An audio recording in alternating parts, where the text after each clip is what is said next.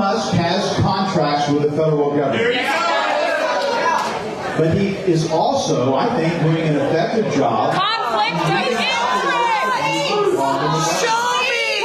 There are a lot of people who don't want to see waste, abuse, and fraud weeded out. Some of them here today. I don't want him in charge of it. But he is appointed by the president, the chief executive, who can appoint whoever he can appoint you. I thought it was your job. It is your job. Elon Musk and the president have agreed that if there is any potential conflict of interest, It is your job. and it's clear here today that some people don't believe that would happen. And that's okay. It is your job. In the next election, to elect someone that you believe. We didn't elect Elon. Remember your oath. You don't represent us. You represent Elon Musk. You're a violation of your oath, sir. That was Representative Mark Alford, a Republican from Missouri, in a district that is 23 points more Republican than the rest of the nation, what we call an R+23 district. That is a very Republican district. And yet, for him to face the sheer amount of backlash at this town hall that he did is the clearest indication yet that something very real is happening across the country and that these Republican lawmakers are feeling it. And it's not just this Republican district in Missouri. Across the country, Republican officials are contending with raucous and angry crowds of constituents due to the leeway that these chicken shit Republican officials are allowing the executive branch to usurp all of their authority. Here is a small sampling of what I mean. I'm a registered Republican voter and retired active Army officer. How can you tell me that DOJ, with some college whiz kids from a computer terminal in Washington, D.C., without even getting out into the field, after about a week or maybe two, has determined that it's okay to cut veterans' benefits? I think a couple things. Let me give you an example. Did you know that the VA was in charge of payments for illegals for housing? Basically, the VA. No, I'd like for you to send me. Could you send me that reference so I could research that? Because no, I'm not aware of that. And I would tell you that that's a red herring, a false flag. If you're throwing that kind of political stuff up, trying to cut veterans' benefits, that's very alarming to me. When will you stand up to them and say that is enough?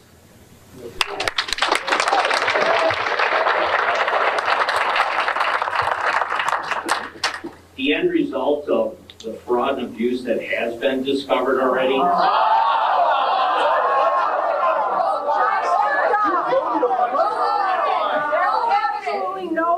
President Trump has issued a lot of executive orders. I think by and large this is moving very quickly compared to other administrations, and I think across the board he's done some very good things. I think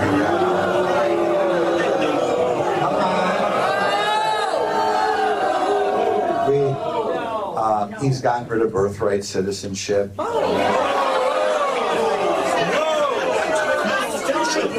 Illegal as hell.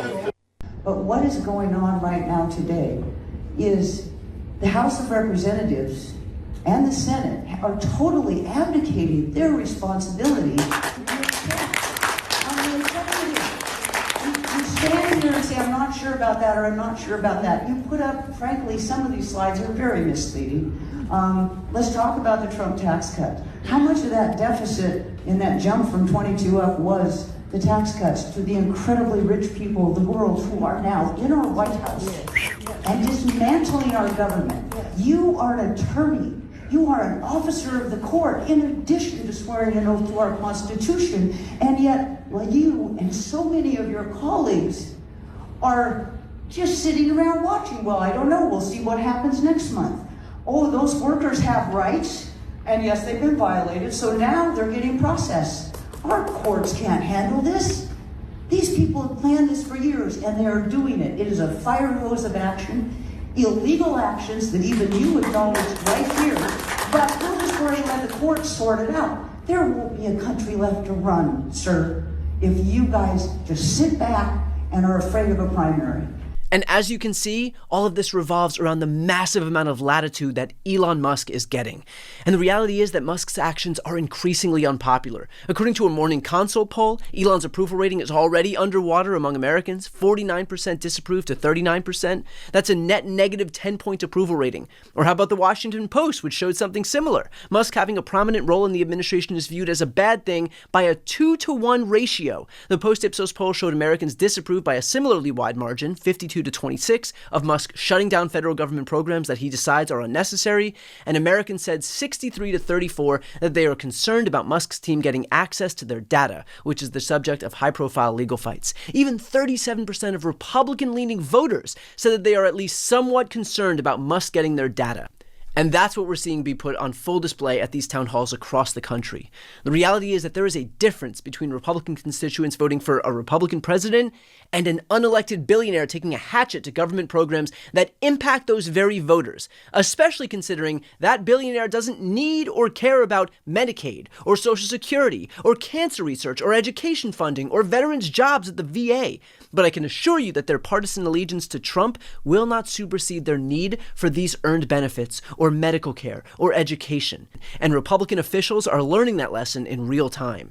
Granted, the GOP was leaning on this idea that they could get away with it by purposefully relying on a strategy of blitzkrieging the entire federal government with as much extreme and destabilizing policy as possible. Part of this, of course, is just to flat out hurt people because it'll inure to the benefit of Trump's donor class. But there's another part of the strategy that's about the perception of power. It is designed to make us numb to his actions and to just give in. This is a strategy to overwhelm the media and the opposition, meaning the Democrats, with rapid-fire actions, all to create the illusion of strength and control. And this strategy isn't even a secret. Here is Steve Bannon outright admitting to it on camera. So what we've got to do is just hit, and keep it. It's momentum. The opposition party is the media. And the media can only, because they're dumb and they're lazy, they can only focus on one thing at a time. Again, the strategy is intended to be so overpowering that it prevents Americans from having the will to fight back. But what they didn't account for is that their own voters would show up to town halls like these to hold their Republican officials accountable. And they are. So clearly, what Elon is doing is unpopular. Trump allowing Elon to do it is unpopular. And these Republican lawmakers and senators allowing Trump and Elon to usurp all of their power is also unpopular. And look, we all understand why Republicans are in this position of having sat idly by with their thumbs up their asses while Trump ran roughshod over the government. They can't run afoul of Trump because they know that he'll threaten a primary challenge and Elon will fund it. And so they've just done whatever he wants. But what they didn't take into account was that if the voters themselves are lashing out, then that is a more immediate problem than the prospect of some primary challenge at some point down the road. And I can promise you that calculations will change if their own voters, in most cases Republican voters in Republican districts, are so pissed off like they are right now. And so the answer here for everybody watching is to continue putting pressure on these Republican officials, because if they start to see that they're losing support from the very people who are responsible for voting them into office, that becomes existential for them in a way that Trump's threats can't be. And so if you live in these districts, show up at these town halls, call these people, go to their field offices, go to their DC offices. These are the people that we need to lean on.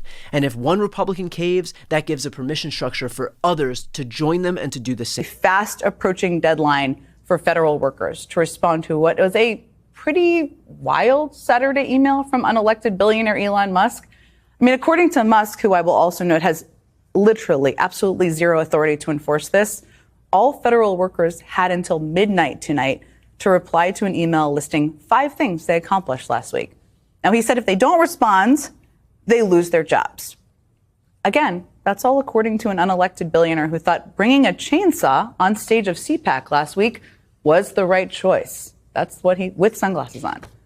But then today, Musk's bizarre email threat was backed up by none other than Donald Trump, who, of course, offered up this super clear, super helpful guidance. Quote, if you don't answer, you're sort of semi-fired. Or you're fired.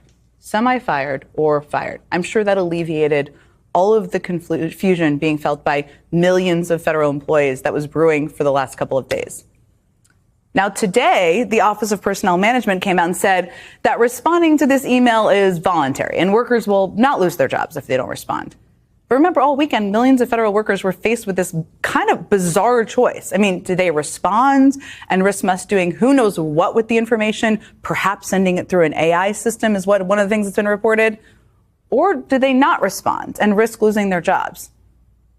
Now, here's where it gets kind of a little interesting, because even before OPM issued their guidance that responding was voluntary, as I just said, some what I would consider unlikely characters actually pushed back. So the director of national intelligence, and definitely a Trump devotee, Tulsi Gabbard, ordered all intelligence community officers not to respond. The Department of Defense, led by Trump's buddy Pete Hegseth, yes, that guy, told employees to ignore the email. An FBI director, QAnon supporter, and maybe the most dedicated Trump loyalist of the whole posse, Kash Patel, told employees at the FBI not to respond also. Now remember, this is a guy, Kash Patel, who literally wrote a children's book series portraying Trump as a king.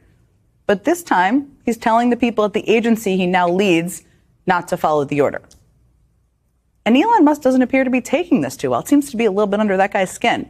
I mean, he tweeted in the last hour that the email request was utterly trivial. Then he tweeted that that it was subject to the discretion of the president. Workers will be given another chance. And that failure to respond a second time will then result in termination. So he clearly didn't love the pushback he got from those agency heads. He probably didn't plan on it. And now it's a bit of cleanup over there on ILX. But let me be clear, those Trump officials who defied Musk, I'm not suggesting in any way, shape, or form they deserve a Profile and Courage Award. That's not what I'm saying here. Their pushback here is not of a desire to do what's right. This is clearly driven by what they would consider their own self-interest. I mean, it's not within the self-interest of Gabbard or Patel to blindly follow Musk and to open themselves up to even further mutiny within the agencies they were just confirmed to lead. It's not in the personal self-interest of Gabbard and Patel to risk classified information or information about sensitive investigations they now oversee, going to a group of 20-something tech bros who may put it through an AI system. So we know why they're pushing back. I think those are some of the reasons. And Lord knows there are a lot of other things that they should be pushing back on more. There's no question about that.